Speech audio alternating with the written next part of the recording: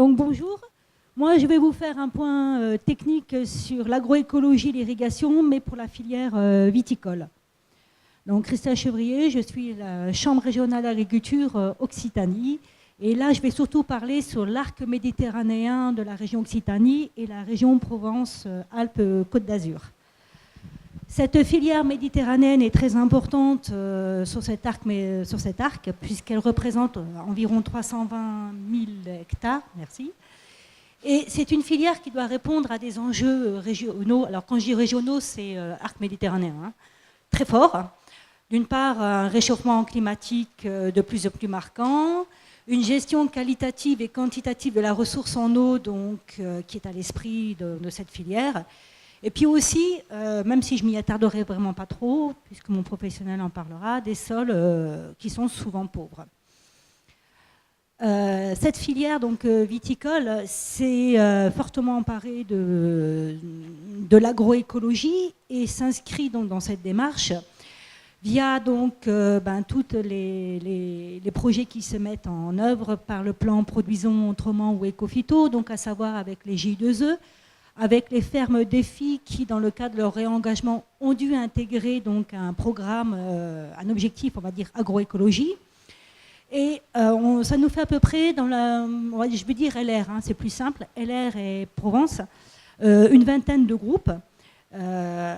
Cela donc, dans ces projets, ils mettent toujours en avant donc, des travaux sur les problèmes techniques de l'enherbement, qui est toujours le facteur numéro 1, fertilisant des sols, la fertilisation des sols, pardon, la protection des vignobles, et on retrouve toujours donc, la gestion quantitative de l'eau, donc bien sûr avec le côté économique et social, bref, les piliers de l'agroécologie. Si je passe sur la réduction des traitements phytosanitaires, donc, il se base surtout sur des outils d'aide à la décision, des observations, des techniques alternatives qui sont de plus en plus mis en avant, donc notamment le développement de la confusion sexuelle, qui a ensuite l'avantage de travailler vraiment sur un groupement et un grand territoire. On se base également sur des indicateurs, et si je prends celui de l'arc méditerranéen, il faut savoir que de gros efforts ont été déjà faits des années antérieures et ça se poursuit, puisque c'est parmi les plus bas. Et puis surtout, une caractéristique de ce bassin, c'est donc une forte, on va dire un fort axe recherche et développement via donc l'INRAS, Supagro, puisque Jacques Verrier en fait partie, les instituts donc, pour la vigne l'IEV et les chambres qui travaillent donc aussi bien sur l'agroéquipement avec l'RSTA que sur les pratiques alternatives, l'enherbement. Donc il y a vraiment un pool afin de réduire tout ce qui est donc, traitement phyto et répondre aux besoins de l'agroécologie. Un point qui est très très important pour ce bassin méditerranéen, c'est l'enherbement. Je vais m'y attarder un peu plus parce que c'est un des points, je dirais, les plus compliqués à mettre en œuvre au niveau de l'arc. On sait tous que l'enherbement a un impact aussi bien sur la vigne que sur son environnement. D'une part, c'est une source de matière organique, et je rappelle que nos sols méditerranéens sont pauvres, hein, puisqu'ils sont inférieurs à 1% en moyenne, et malgré des programmes qui ont été menés dans les cadres des contrats de projet État-région, on avait un mal fou à faire remonter ce pourcentage. Donc là, c'est encore un travail à poursuivre. L'enherbement, donc, il a un rôle sur l'augmentation de la vie biologique des sols, sur sa stabilité structurale, porosité, sa perméabilité. C'est un effet décompactant du tissu racinaire et c'est un effet aussi très positif sur l'érosion des sols puisque ça limite le ruissellement. Ça protège de l'érosion, surtout quand on a des pluies de ce style. Et puis aussi, ça a un impact sur le transfert de produits phytosanitaires. Donc, il est sûr que l'enherbement, c'est vraiment un pilier, je dirais, de l'agroécologie. Et au sein de la filière viticole, on essaie de mettre en œuvre depuis pas mal de temps, avec plus ou moins de succès, puisque des programmes ont eu lieu, que dans les groupes, maintenant, des GI2E ou les fermes défis, c'est l'axe numéro 1 et des tas de tests sont mis en avant pour essayer donc d'avoir un enherbement ou de travailler sous le rang, travailler sous le rang et d'avoir un enherbement. Cependant, je dirais que nos efforts sont un petit peu décevants puisque même si, suite aux pratiques, à l'étude, enfin à l'enquête des pratiques culturelles sur la viticulture qui a été réalisée en 2013, et qui a été publié en juin 2016. Même si sur l'arc méditerranéen, ce que j'ai mentionné ici, bassin RM1, Rhône-Méditerranée, le désherbage 100% chimique, c'est le moins pratiqué puisque ça représente un tiers de la superficie du vignoble. Il faut quand même reconnaître que la part des surfaces enherbées reste très faible puisque nous en avons donc 23% de notre superficie comparé aux deux autres groupes. Alors pour information, les deux autres groupes sont soit le sud-ouest, soit des vignobles plus septentrionaux. Et également, donc, on constatait qu'on avait une part importante de surface travaillée mécaniquement. Donc mécaniquement, soit le travail du sol, le labour, quoi, ou bien la tonte. Et bon, cocorico pour le bassin, je dirais, on avait quand même un nombre de traitements moyens d'herbicides assez bas, et bien sûr avec un IFT bas.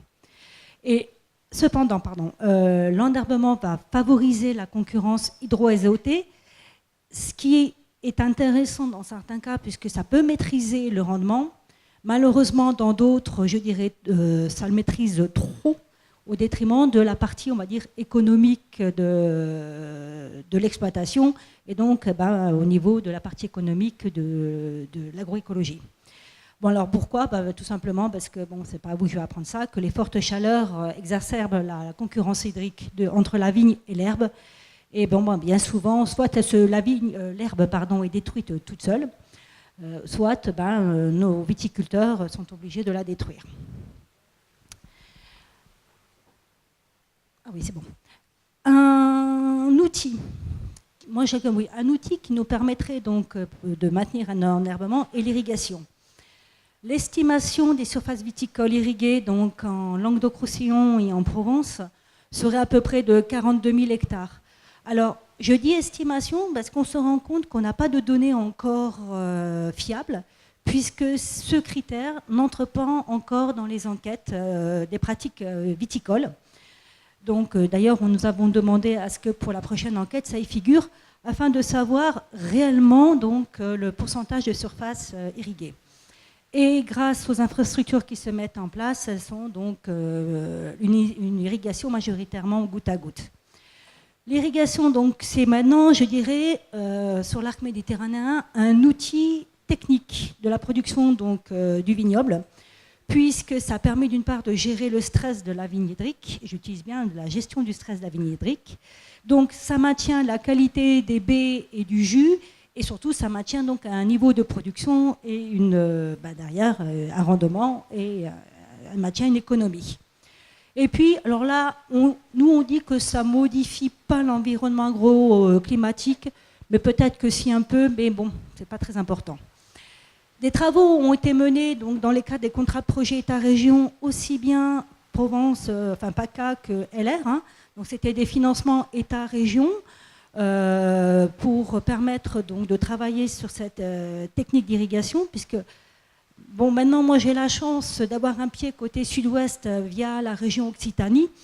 Et donc, nos collègues des autres chambres départementales, Tarn et tout ça, qui commencent à avoir un besoin d'irrigation, se tournent vers nous et nous disent « Mais vous faites comment ? Ce serait bien qu'on mène des études maintenant, nous, là-dessus aussi. » Et je demande après à mes professionnels d'aller les voir et de pouvoir échanger sur l'irrigation de la vigne. Donc, grâce à ces travaux, on a pu définir des itinéraires hydriques suivant les objectifs de production donc, des exploitations.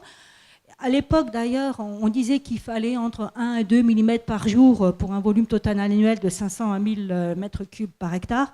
Je me demande si ces dernières années, il ne faudrait pas revoir ça, mais bon. Et ensuite, surtout, on a travaillé sur le pilotage, parce que tout à l'heure, Jacques disait qu'il faut un pilotage. Hein. Donc, on a travaillé sur le pilotage de cette irrigation, qui permettent de déclencher l'irrigation, donc via des notations très simples que les viticulteurs peuvent mettre en œuvre sur l'exploitation, qui est la croissance des apex, mais également quelque chose de plus complexe à une échelle un peu plus grande, qui est le modèle hydrique. Et ça permet donc d'avoir, je dirais, une irrigation raisonnée, donc apporter de l'eau pour bien gérer au moment venu le stress hydrique de la vigne. J'ai bientôt fini. Et je vous montre cette photo, par contre, je ne sais pas si elle passe très bien. C'est un millésime 2016. C'est une vigne non irriguée, donc photo qui a été faite par mon collègue de la Chambre d'agriculture de l'Aude.